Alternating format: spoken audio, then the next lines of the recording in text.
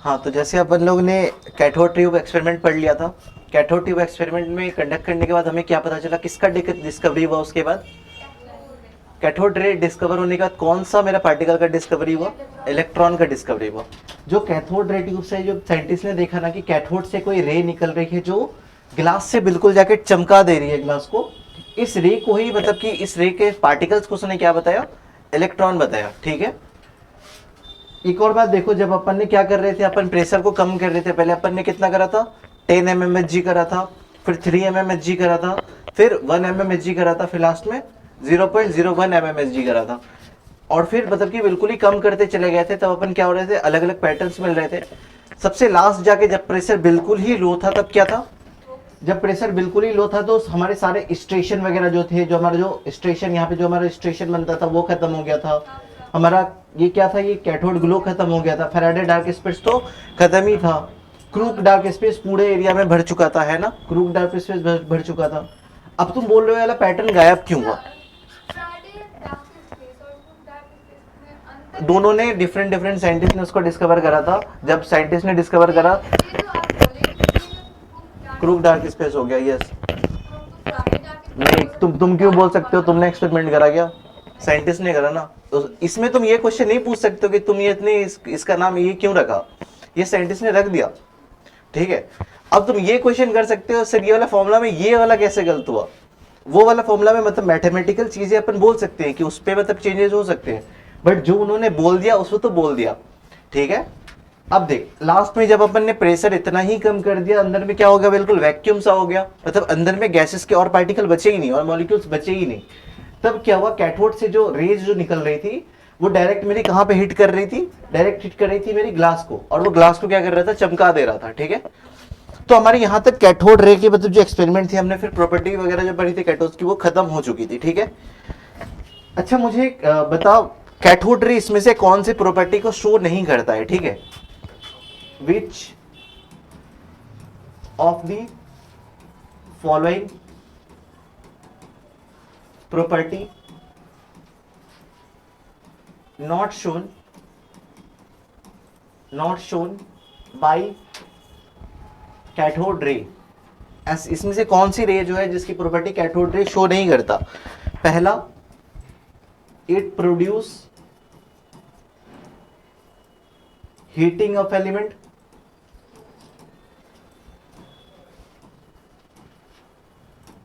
दूसरा,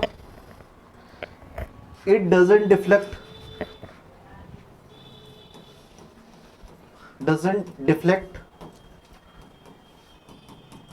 in electric or magnetic field। तीसरा, it casts shadow।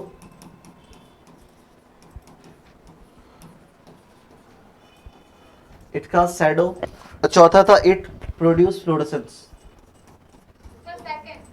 Yes. क्योंकि इसमें बोल रहा है कि वो डिफ्लेक्ट नहीं करता, बट हमें क्या पता है, क्योंकि वो कैथोड रे बना किससे है? इलेक्ट्रॉन से बना है। इलेक्ट्रॉन कैसा होता है? नेगेटिवली चार्ज पार्टिकल होता है, और नेगेटिवली चार्ज पार्टिकल अपन जानते हैं कि इलेक्ट्रिक फील्ड में डिफ्लेक्ट करता है, और मैग्नेटिक फील्ड में भी वो डिफ्लेक्ट करेगा। जब अपन मैग्नेटिज्म और अच्छे से पढ़ेंगे एक बार, तो अपन ने देखेंगे कि इधर मैग्नेटिक फील्ड में कैसे कैसे मतलब कि पार्टिकल्स कैसे डिफ्लेक्ट करते हैं। ठीक है। कास्ट शैडो करता है। इस कास्ट शैडो जो करा ना, इससे ही अपन ने पता लगाया कि cathode ray always travels in straight line. ठीक है। और इट प्रोड्यूस फ्लोरेसेंस, जो अपन ने ग्लास में देख लिया था। और it produce heating of material. मैंने बताया था जब कैथोड रे कोई हेवी मेटल को जब हिट करती है, तो इस मटेरियल को पहले तो वो हिट कर देता है, मतलब हीट कर देता है, और इससे एक रे निकलती है। इस रे का मैंने नाम क्या दिया था? X ray. जब कैथोड रे जब कोई हेवी मेटल को जब हिट करता है, लाइक टंगस्टन, तब हमारा क्या होता है? ये एक रे प्रोड्यूस करता है। उस रे को अपन क्या कहते हैं? एक्स रे कहते हैं। अच्छा, और कैथोड रे का डिस्कवरी किसने करा था? जे थॉमसन ने। न्यूक्लियस की डिस्कवरी किसने करा था? डिलीवरी मतलब पैदा ही करा उसको एक तरह से। न्यूक्लियस का डिस्कवरी किसने करा? Yes, nucleus discover. हाँ,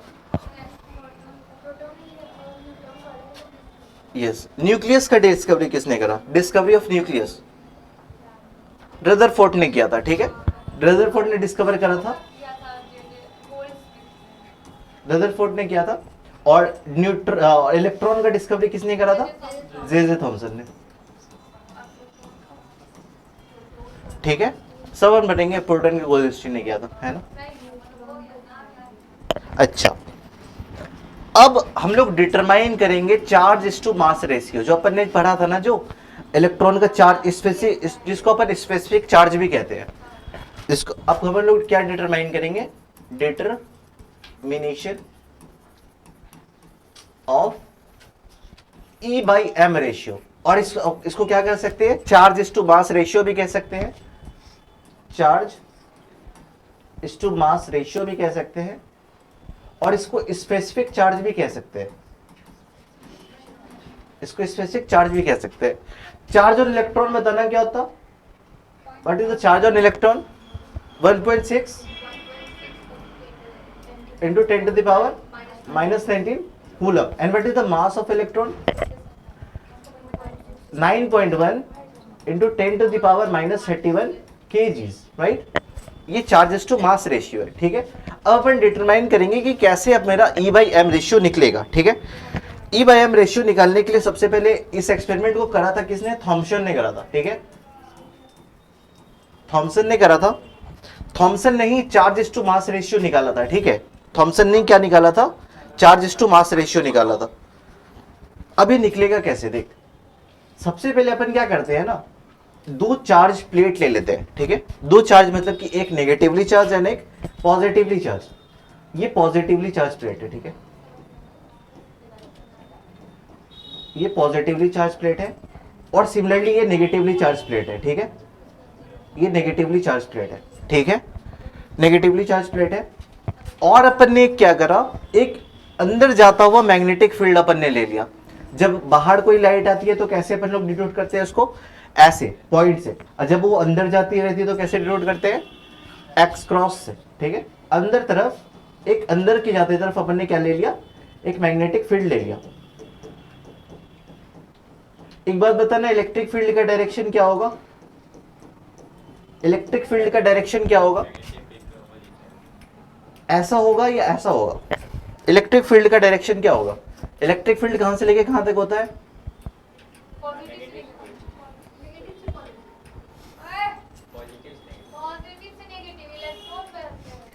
इलेक्ट्रिक फील्ड जो होता है वो कहां से होता है? Positive plate to negative plate होता है। मतलब इलेक्ट्रिक फील्ड का डायरेक्शन ये रहेगा, ठीक है।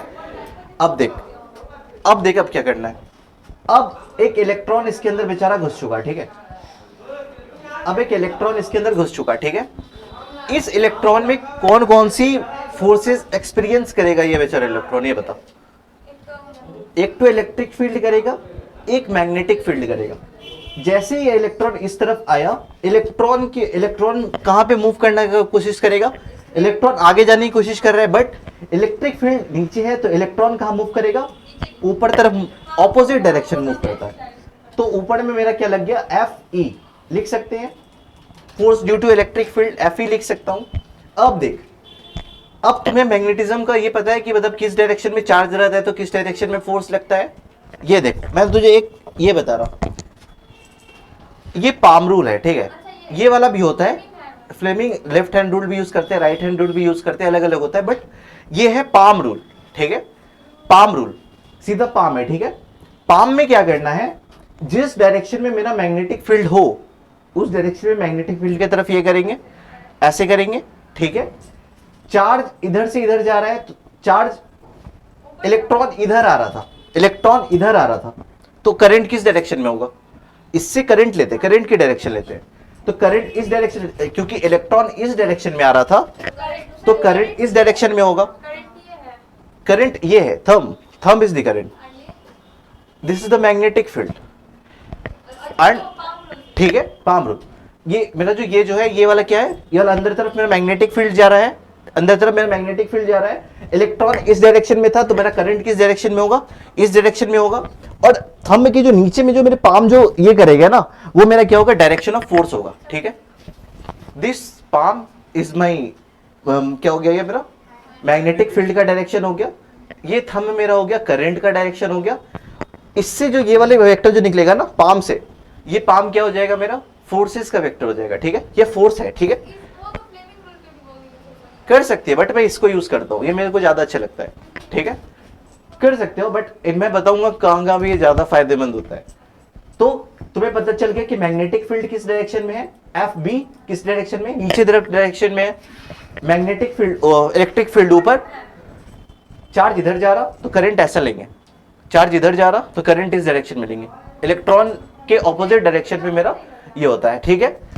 तो मेरा ऊपर तरफ क्या हो गया, ड्यू टू, हाँ हाँ, इलेक्ट्रिक फील्ड ये कर रहे हैं, मैग्नेटिक फील्ड है ये, मैग्नेटिक फील्ड, मैग्नेटिक फील्ड अंदर तरफ था, अंदर तरफ बोर्ड के अंदर जा रहा मैग्नेटिक फील्ड, हाँ अंदर तरफ। अगर मैग्नेटिक फील्ड बाहर आता रहता तो इसको बाहर तरफ करते, ठीक है। इधर से देख, मैं इधर से बता रहा, ठीक है, समझ में आ रहा, करंट इधर जा रहा है, हाँ, मैग्नेटिक फील्ड अंदर तरफ है तो अंदर अंदर कर, अंदर करा, और ये तो नीचे आ रहा ना,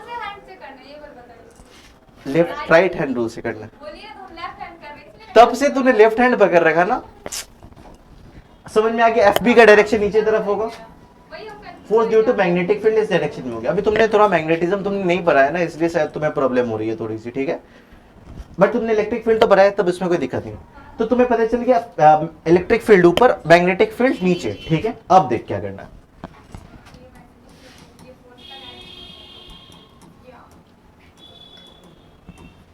इधर ई कर देता हूं, इधर बी कर देता हूं, ठीक है। इलेक्ट्रिक फील्ड का फोर्स का फॉर्मूला बताना, इलेक्ट्रिक फील्ड का फोर्सेस का फॉर्मूला बताना।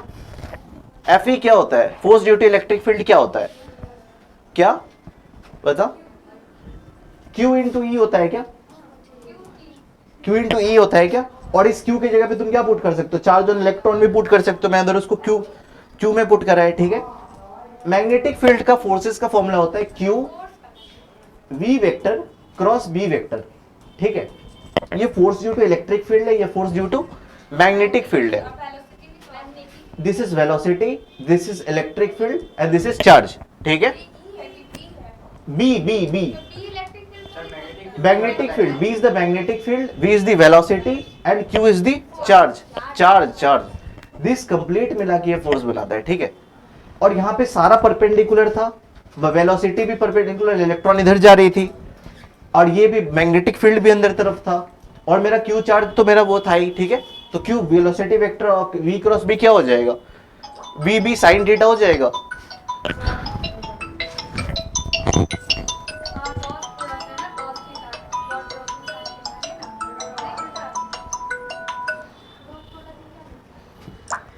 ठीक है, ये समझ में आ गया तुम्हारा। वी क्रॉस बी कैसे हो जाएगा, तो क्यू क्यू तो मार सकते हो, क्यू क्यू मार सकते हो, हाँ।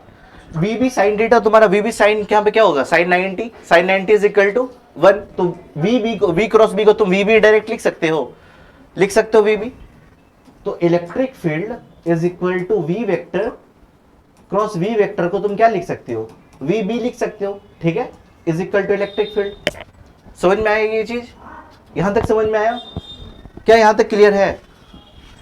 तो अगर तुमसे वेलोसिटी पूछेगा तो तुम क्या बता दोगे, E by V बता दोगे।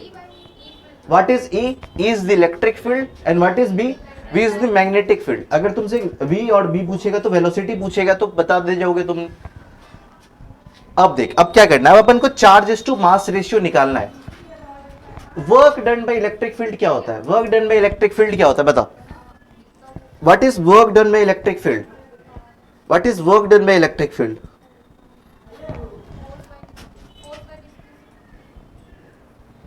Q इंटू वी होता है क्या, चार्ज इंटू पोटेंशियल डिफरेंस, ठीक है, Q इंटू वी। अच्छा, वर्क डन का और एक फॉर्मूला होता है जो अपन क्या कहते हैं उसको, हाफ एम बी स्क्वायर भी होता है क्या, हाफ एम बी स्क्वायर भी होता है क्या। तो दोनों वर्क डन जो होगा वो तो बराबर ही होगा, है ना। वर्क डन Q V, ये V वेलोसिटी नहीं है, ये वेलोसिटी होगा भी नहीं, ये V क्या है, पोटेंशियल है, ये V क्या है, पोटेंशियल है, ठीक है। और ये Q क्या है, चार्ज है। तो Q V is equal to तुम हाफ एम बी स्क्वायर लिख सकते हो, हाफ एम बी स्क्वायर लिख सकते हो, लिख सकते हो। कौन पोटेंशियल स्क्वायर, ये पोटेंशियल स्क्वायर नहीं है, ये वेलोसिटी स्क्वायर है, ये मेरा है पोटेंशियल, हाँ इसके ऊपर ये आया, ठीक है। अब देखो अब क्या करना है, charge is to mass ratio निकालना है। देख तो Q इंटू वी, ये V के याद रखना बार बार क्या है, पोटेंशियल है, is equal to half m। Work done का फॉर्मूला नहीं बताया तुम्हें, वर्कडन इलेक्ट्रिक फील्ड में ये वाला फॉर्मूला होता है ना, Q into V, Q into V होता है चार्ज इंटू पोटेंशियल डिफरेंस, ठीक है।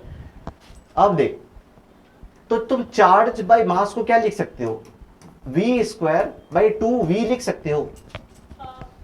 ये क्या है, वेलोसिटी है, और ये क्या है, मेरा पोटेंशियल है, ठीक है। तो यही ना हो गया, charges to mass is equal to क्या हो जाएगा, v स्क्वायर की जगह पे तुम v स्क्वायर करोगे, v स्क्वायर मेरा क्या आया था, e बाई वी का होल स्क्वायर तुम लिख सकते हो।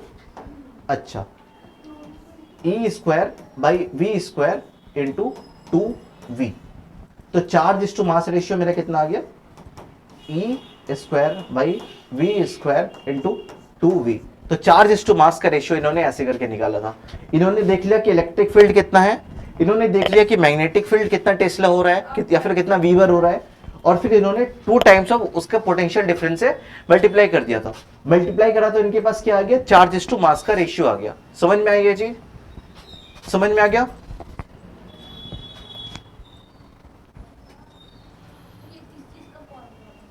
E by M, charge to mass ratio.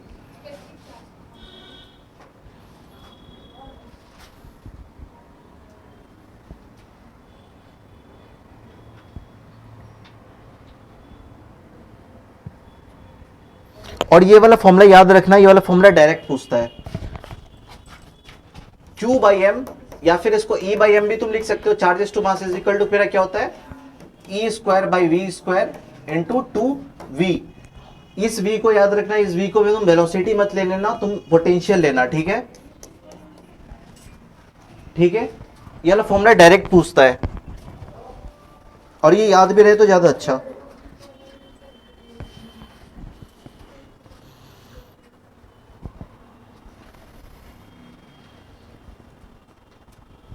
तुमने मिलिकन ऑयल ड्रॉप एक्सपेरिमेंट के बारे में सुना है, Millikan's oil drop experiment. Millikan's ने इसी फॉर्मूला को यूज करके क्या बताया था, चार्ज और इलेक्ट्रॉन बता दिया था, ठीक है। थॉमसन ने इतना काम कर दिया, ठीक है, थॉमसन ने इतना काम कर दिया। थॉमसन के बाद अब जब मिलिकन्स आए तो मिलिकन ने क्या करा, मिलिकन ने मास निकाल दिया, ठीक है, इलेक्ट्रॉन का मास निकाल दिया। जब उन्होंने मास निकाल दिया तो तुम्हारे पास क्यू तो आ गया, चार्ज तो आ गया, है ना। तो मिलिकन्स ऑयल ड्रॉप एक्सपेरिमेंट लिख लिया तुम लोगों ने। अच्छा, एक दो क्वेश्चन है, ये बता, एक क्वेश्चन है, in Thompson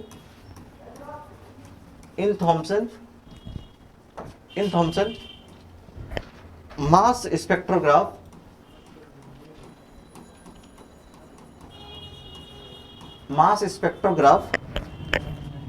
E is perpendicular to B, मतलब इलेक्ट्रिक फील्ड जो है वो परपेंडिकुलर है मैग्नेटिक फील्ड के, देन वेलोसिटी ऑफ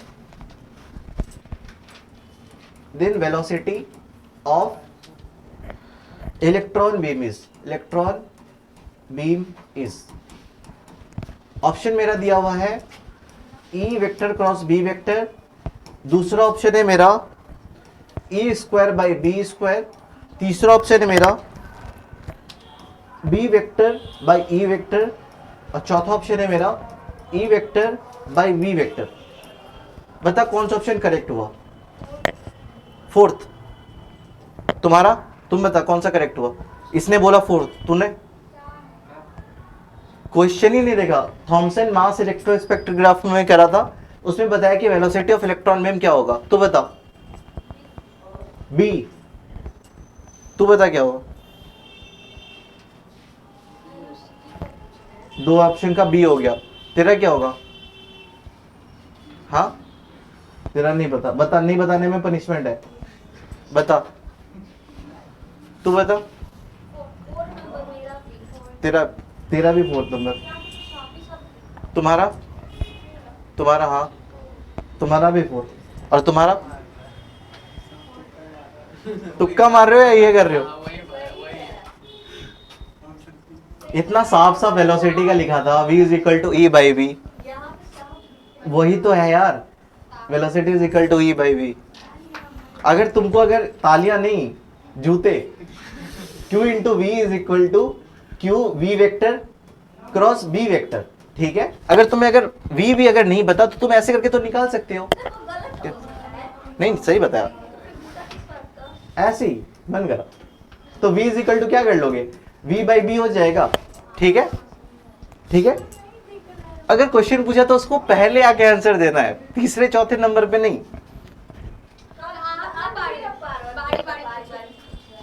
फिर भी बताना है ना। चलो हो गया।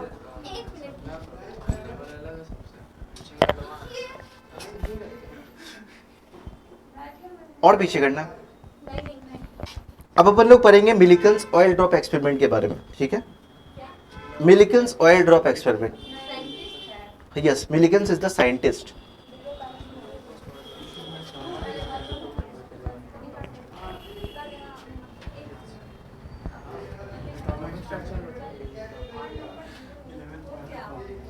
हाँ 11th में पढ़े होगे मिलिकन्स ऑयल ड्रॉप एक्सपेरिमेंट। हो गया। अब अपन लोग बात करते हैं मिलिकन, और एक बात याद रखना, ये वाले फॉर्मूला को याद रखना, ये वाले फॉर्मूला को, चार्ज टू मास रेशियो के फॉर्मूला को याद रखना, और E बाई वी वाले को याद रखना, ठीक है। हाँ बोल। पेपर मेरे पास आया ही नहीं, पेपर मेरे पास आया ही नहीं। अच्छा मेहनत से लिखे थे सर। अब अपन लोग बात कर रहे हैं मिलिकन्स ऑयल ड्रॉप एक्सपेरिमेंट।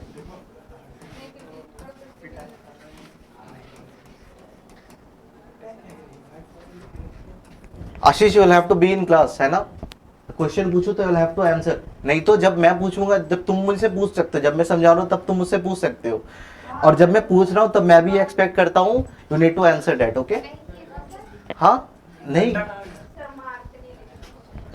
बस लड़कियों को, बहनों को नहीं मार सकता हूँ, ठीक है।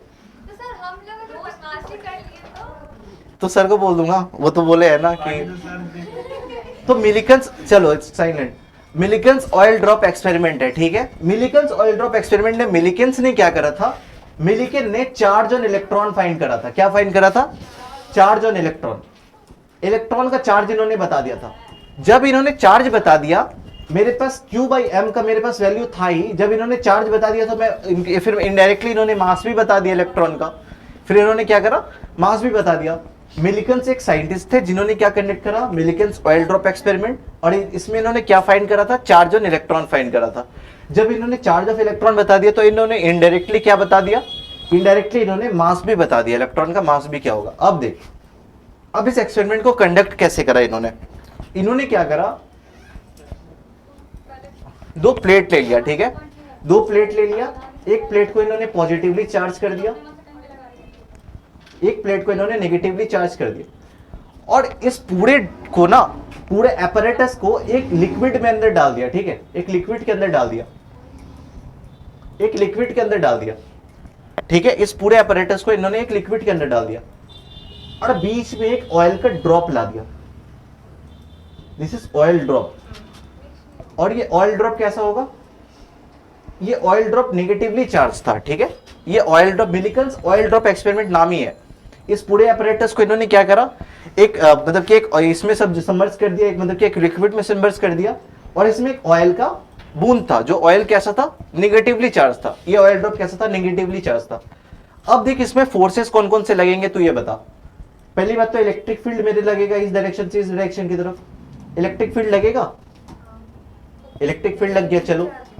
अच्छा, क्योंकि ये चीज एक मतलब कि पानी में अंदर है, मतलब एक कोई फ्लूइड के अंदर है, तो इस पे एक अपथ्रस्ट लगेगा, एक अपथ्रस्ट भी लगेगा, है ना।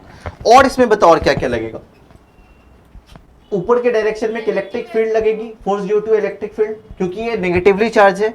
नेगेटिव चार्ज मतलब कि कहां पे होता है, क्योंकि ये इलेक्ट्रॉन जैसा बिहेव करेगा, और इलेक्ट्रिक फील्ड का direction positive plate to negative plate, तो ये चार्ज ऑन इलेक्ट्रॉन ऊपर की तरफ।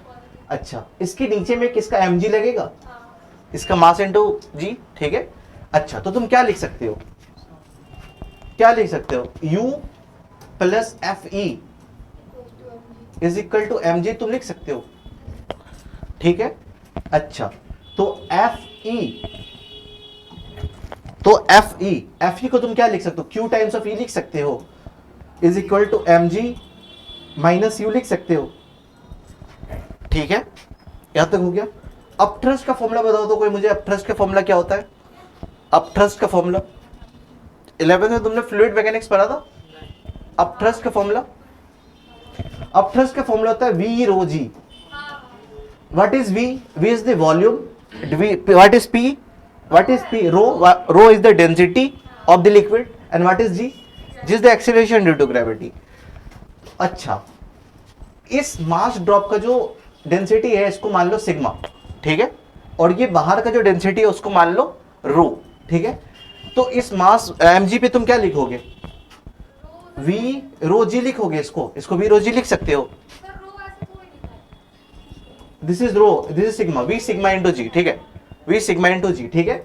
और अपथ्रस्ट को तुम क्या लिखोगे? वी रो जी लिखोगे, वी रो जी लिख सकते हो, वी रो जी लिख सकते हो, हाँ, v sigma into G minus v rho into G. Sigma is the density of this oil drop, ठीक है, q टाइम्स ऑफ e। अब देख इन्होंने चार्ज कैसे बताया, एक सेकंड नहीं, अब मुझे पहले बताने दे, पहले क्वेश्चन हुआ सॉल्व करने दे। तो तुम क्या लिखोगे?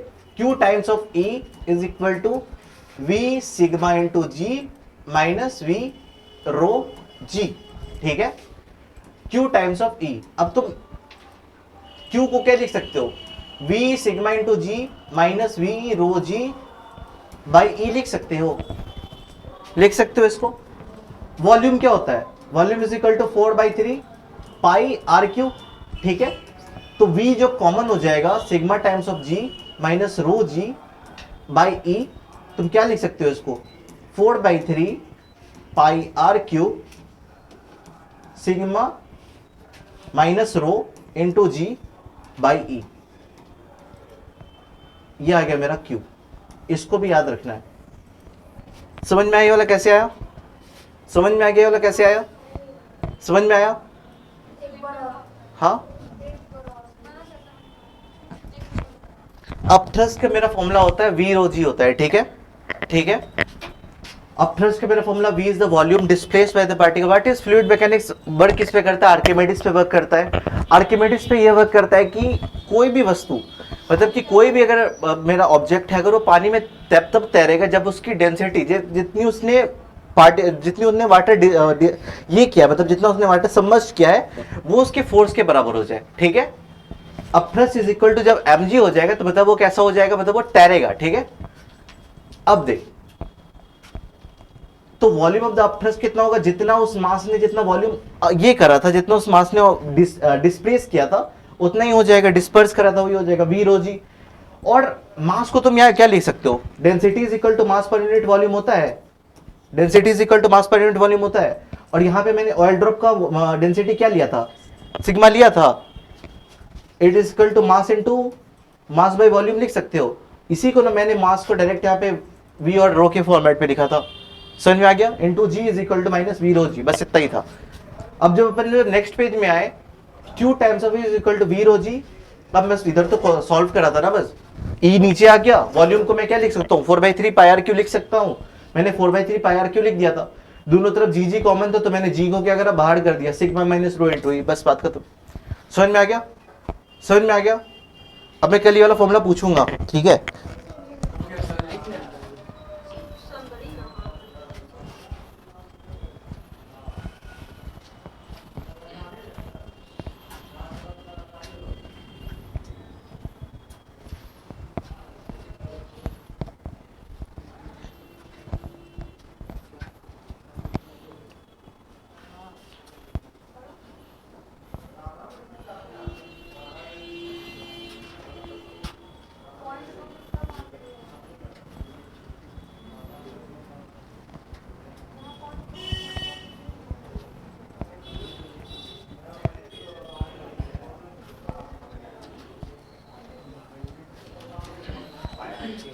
क्या?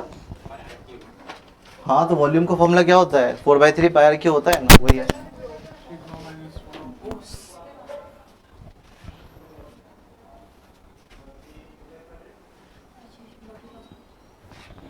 मैं पीने वाला था अभी। हाँ हो जाएगा, हो जाएगा, ज़्यादा लंबा क्लास नहीं है। वैसे हो गया, बताते क्यों नहीं हो?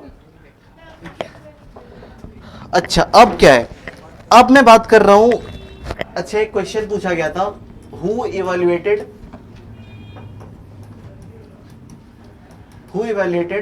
Mass of electron indirectly with the help of charge, indirectly with the help of charge, that is who it is, Millikan's। ठीक है, मिलिकन ऑयल ड्रॉप एक्सपेरिमेंट समझ में आ गया? ठीक है। अच्छा अब अपन लोग बात करेंगे what is thermionic emission. What is thermionic emission?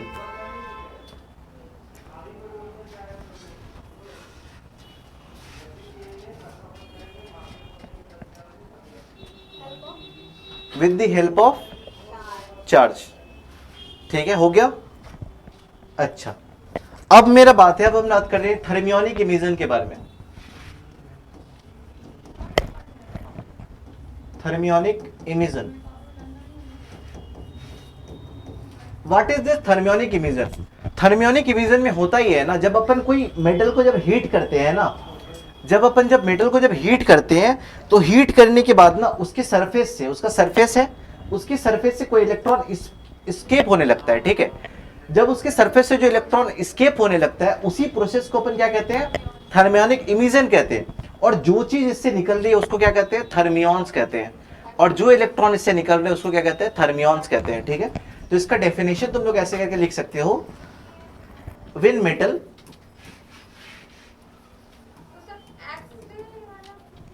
हाँ सब ऐसा ही है। इसको हीट किया है, इस पे कैथोड रे नहीं मारा, वो कैथोड रे था, इसको हीट कर रहा हूं। व्हेन मेटल, बस फोन ला दो पहले, फोन ला, चलो भेज दिया इसको 150 में। When metal is heated, electron escape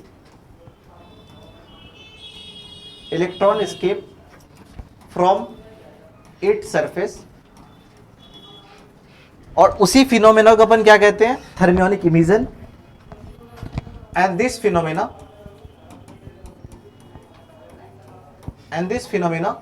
is called thermionic emission। इसको थर्मियोनिक इमिशन। और इसमें जो पार्टिकल जो बाहर निकले उसको क्या कहते हैं अपन? थर्मियॉन्स कहते हैं। ठीक है, and the electron coming called थर्मियॉन्स।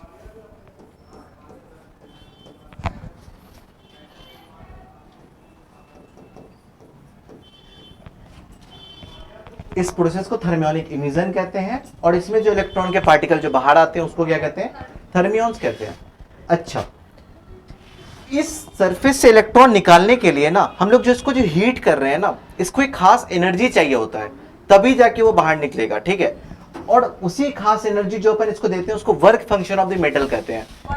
Work function of the metal, हाँ जितना उसको मतलब कि, और ये भी जरूरत नहीं है कि अगर अपन उसको उतना हीट करेंगे तो इलेक्ट्रॉन बाहर निकलेगा ही, ये जरूरी नहीं है। मतलब मान लो कि किसी वर्क फंक्शन को अपन लोग फाई से डिनोट करते हैं। ठीक है, मान ले कि किसी मेटल की वर्क फंक्शन जो है वो मेरी है 1.6 इलेक्ट्रॉन वोल्ट है। ठीक है, उसकी वर्क फंक्शन है 1.6 इलेक्ट्रॉन वोल्ट। तूने इसको 2 इलेक्ट्रॉन वोल्ट भी अगर दे दिया ना, जरूरी नहीं है कि ये बाहर निकलेगा, जरूरी नहीं है कि ये बाहर निकलेगा। इसलिए क्यों नहीं निकलेगा? क्योंकि जब ये बाहर निकल रहा होगा ना तो अगल बगल वाले मॉलिक्यूल्स इसको अट्रैक्ट भी कर रहे होंगे। ठीक है, अलग बगल वाले उसको न्यूट्रॉन अट्रैक्ट भी कर रहे होंगे, मतलब कि न्यूक्लियस अट्रैक्ट भी कर रहा होगा। तो जरूरत नहीं है कि अगर तुम्हें अगर इतना एनर्जी देगा तो ये बाहर निकलेगा ही, ये जरूरत नहीं है। ठीक है, बट निकल सकता है, बट उतना तो तुम्हें देना ही पड़ेगा। ठीक है, समझ में आ गया? तो work function of the metal क्या होता है, समझ में आया तुम्हें? The minimum energy which is given to the electron to take out from the metal is called work function of the metal. Work function of metal. Work function of the metal क्या होता है? The minimum energy, the minimum energy that must given to an electron to take it out from metal called work function.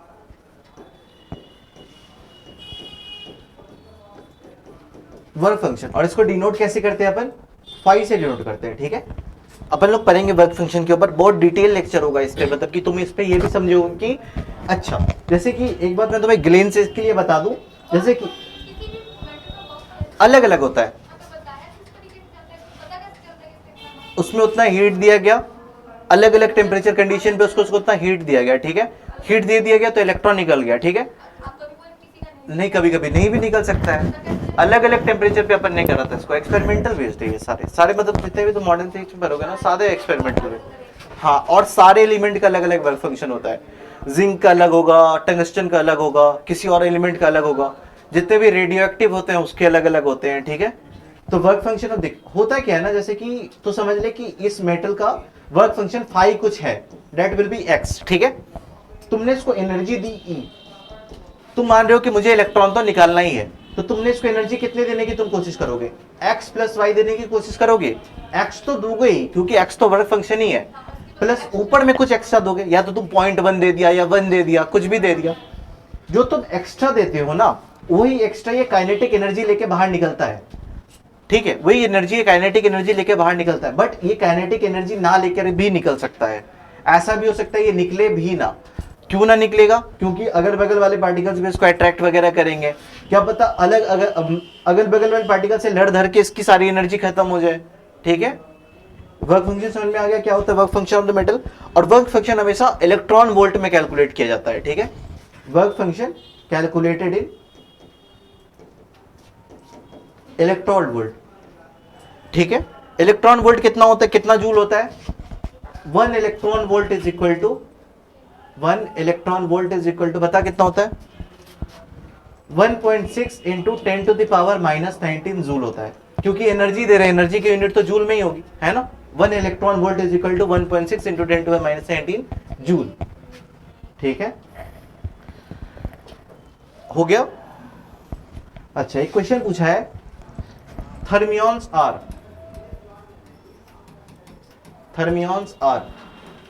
थर्मियॉन्स क्या है?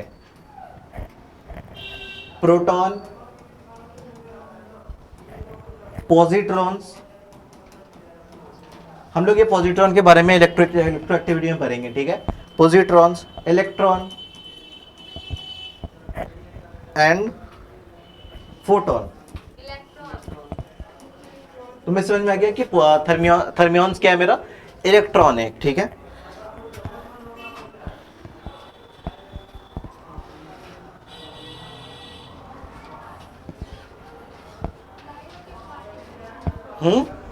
अच्छा, एक चौथा question, इसका answer बताना क्या होगा?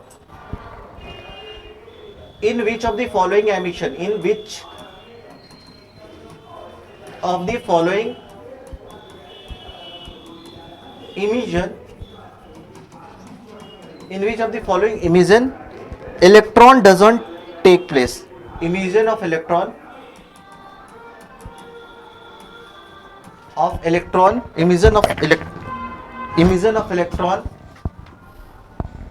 doesn't take place. पहला ऑप्शन है मेरा थर्मियोनिक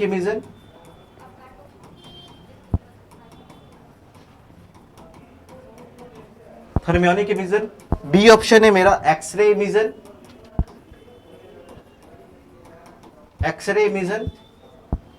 सी ऑप्शन है मेरा फोटो इलेक्ट्रिक इमिशन,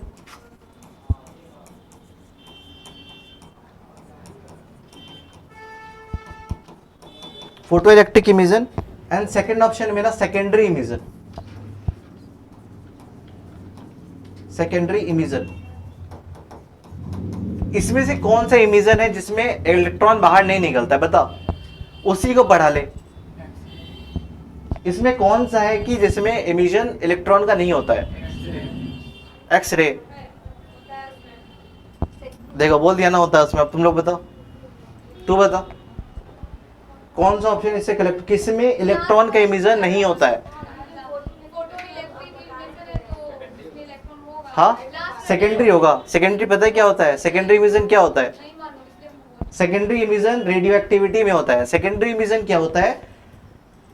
हम लोग न्यूक्लियस के अंदर के इलेक्ट्रॉन बाहर निकालते हैं, न्यूक्लियस के अंदर की जो तुम लोग देखते हो ना वैलेंशियल इलेक्ट्रॉन जो होते हैं, वो नहीं, हम लोग न्यूक्लियस के अंदर के इलेक्ट्रॉन को बाहर निकालते हैं, उसको कहते हैं अपन लोग सेकेंडरी इमिशन। तो इसमें तो इलेक्ट्रॉन निकल रहा है, तो ये तो नहीं होगा। तीन ऑप्शन में से तीन में से बता, तू बता दादी, बता दादी, दादी बता बता बता। बिल्कुल मेरी दादी की तरह लगती है सच में, बाय गॉड। चल बता, फोटो इलेक्ट्रिक इफेक्ट सोचो क्या होगा? फोटो से अपन इलेक्ट्रिक फील्ड निकालेंगे, फोटोन से इलेक्ट्रिक फील्ड निकालेंगे, मतलब कि सन के रेज से अपन लोग इलेक्ट्रिक फील्ड निकालेंगे, मतलब इलेक्ट्रॉन निकालेंगे। ठीक है, ठीक है, ये इसमें भी इलेक्ट्रॉन निकल रहा है, ये भी नहीं होगा। अब क्या होगा बता? नहीं कोई तो है, ऑप्शन तो है यार, 1990 की क्वेश्चन है। हाँ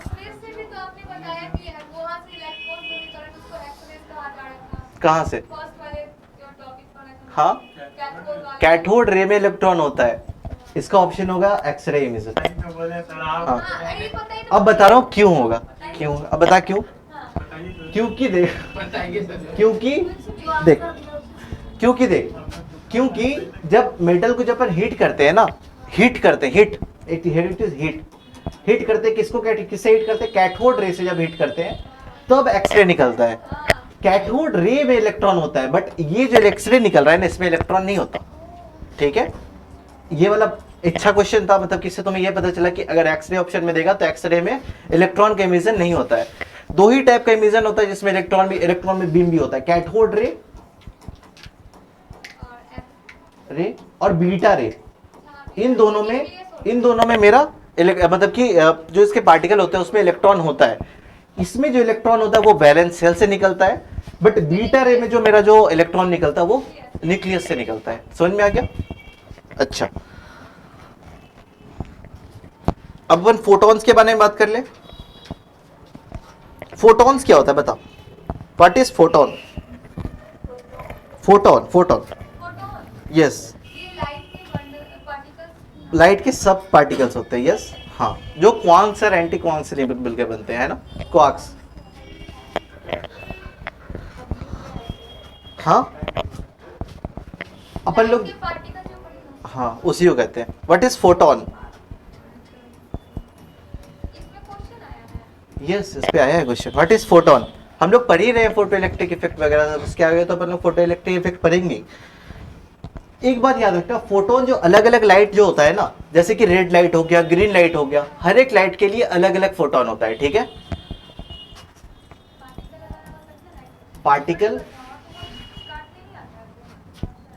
particular wavelength of light has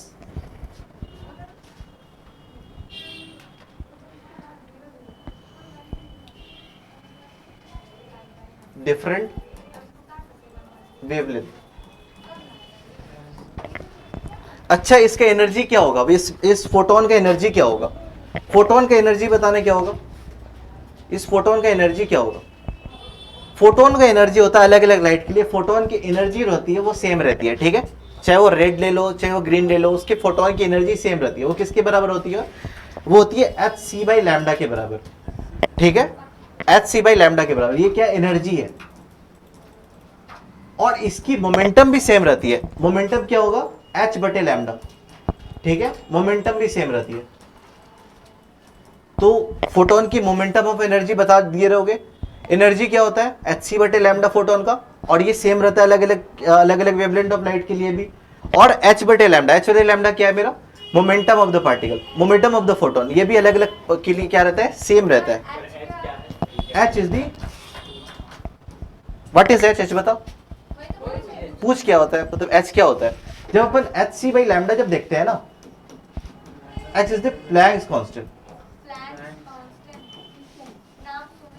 this is the Planck's constant, जिसका यूनिट होता है 6.6 इंटू 10 टू द पावर -34, ठीक है, इसका मतलब ये वैल्यू होता है। ये प्लैंक्स क्या होता है, एक कांस्टेंट होता है जो अपन ने यूज करा था, ठीक है, जो अपन ने यूज करा था जब अपन ने लाइट को, जब जैसे कि ग्रेविटेशन में मेरे एक्सेलरेशन ड्यू टू ग्रेविटी आई थी, तब अपने जी पर आता। Here H is also Planck's constant, और प्लैंक्स की हमेशा वैल्यू तुम्हारी दी रहेगी, ठीक है, एग्जाम में। हाँ, 6.636 into 10 to the power -34 joule second, 6.626 into 10 to the power -34 joule second, ठीक है। प्लैंक्स का ये मतलब कि जैसा कि मेरा एक्सेलरेशन ड्यू टू ग्रेविटी होता है, के का होता है, यस, एच का वैल्यू है वो, H C by lambda, H बटे lambda. Energy is equal to क्या होता है, एम सी स्क्वायर होता है, हाँ एम सी होता है, और एम सी इंटू सी को तो मास इंटू वेलोसिटी को क्या लिख सकते हो, मोमेंटम लिख सकते हो। एम सी को तो मोमेंटम लिख सकते हो, फिर पी से डिनोट करते हैं अपन मोमेंटम को, by C is equal to E लिख सकते हो। और मैंने ई का वैल्यू क्या लिखा था, एच सी बाई लैम्डा लिखा था, H C by lambda is equal to P into C, C से सी भर गया तो मोमेंटम मेरा क्या आ गया, एच बटी लैम्डा आ गया, ठीक है। तो उसकी एनर्जी भी सेम रहती है और उसकी मोमेंटम भी सेम रहती है, ठीक है।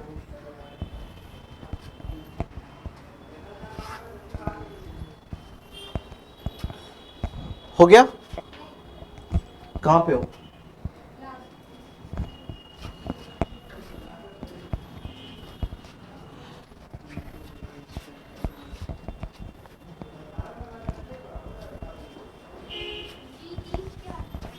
कहा, अरे वो मैंने जी के लिए बताया था, एक्सेलरेशन ड्यू टू ग्रेविटी में जी के लिए बताया था बस। जैसे कि मैंने बताया था ना कि एच उस टाइप का होता है, कांस्टेंट होता है। हाँ, हो गया। अच्छा, अगर किसी लाइट की अगर इंटेंसिटी को अगर अपन को बढ़ानी है, जैसे कि यहां से ये लाइट आ रही है, इसकी इंटेंसिटी को अगर अपन को बढ़ाना है तो इसका photon, number of photon increase कर दो बस। ये लाइट आ रही है, ये इसकी इंटेंसिटी अभी कम है, ठीक है, अगर इसकी इंटेंसिटी को अगर बढ़ानी है तो अपन क्या कर दो, इसके फोटॉन्स को बढ़ा दो। जब इस लाइट की फोटोन बढ़ेगी तो इसकी इंटेंसिटी भी बढ़ जाएगी। Joule second, joule dot second मतलब जूल मल्टीप्लाइड इनटू सेकंड, ठीक है। अच्छा, the intensity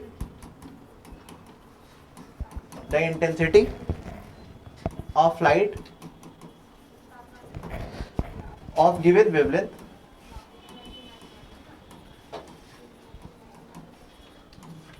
the intensity of the light of given wavelength it increased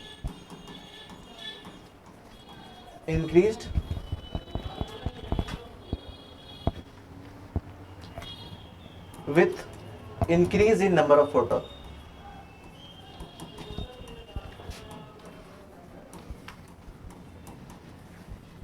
इस फोटोन को तुम लोग प्रोटॉन मत लिख लेना, मैंने ये बात बहुत जगह देखा है कि फोटोन को प्रोटॉन जैसे लिख लिए रहते हो तुम, नहीं, कोई और भी लिख सकता है ऐसे, है ना,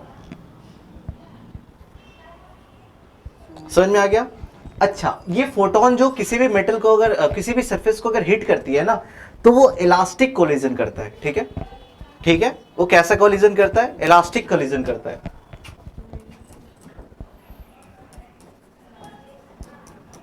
The collision of photon with material particle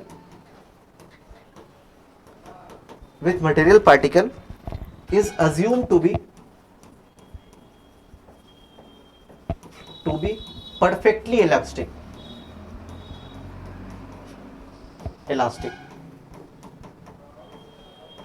elastic collision किसी को पता है क्या क्या होता है?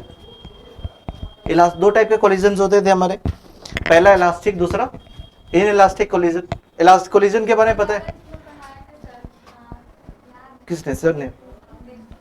हाँ, ऑब्लिक कोलिजन भी होता है। हाँ बस लास्ट इन कोलिजन क्या होता है, दो टाइप के कोलिजन होते हैं, एक होता है इलास्टिक और एक होता है इलास्टिक।